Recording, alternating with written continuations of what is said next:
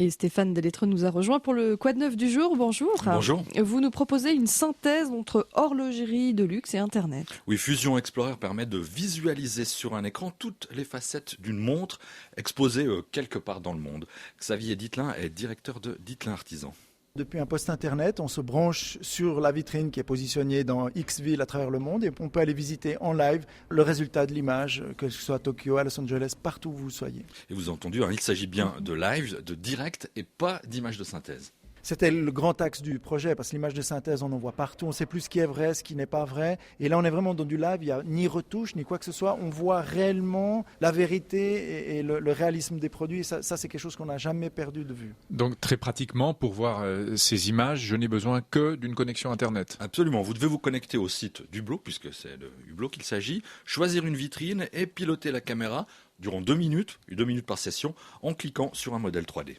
Il aura un modèle 3D, avec sa souris, il va déplacer ce modèle 3D et quand il aura décidé que c'est la vue qu'il veut voir, il appuiera sur un bouton qui s'appelle Proceed et le système va exécuter son ordre. Donc ça, c'est pour la partie Internet. À quoi ressemble le système dans la vitrine ? Alors, à une micro-caméra motorisée de 5 cm qui tourne très rapidement, 360 degrés en 1 minute et demie, elle tourne autour d'un anneau métallique. C'est un système qui s'appelle pan tilt, donc la caméra est fixée sur un anneau qui tourne autour de cet anneau et l'anneau tourne sur lui-même, ce qui fait qu'on peut avoir une vue sur 360 degrés. On peut le faire tourner dans tous les sens, on peut zoomer, on peut reculer, on peut faire des vues plongeantes, on peut faire des hypertrajectoires, on peut faire absolument ce qu'on veut.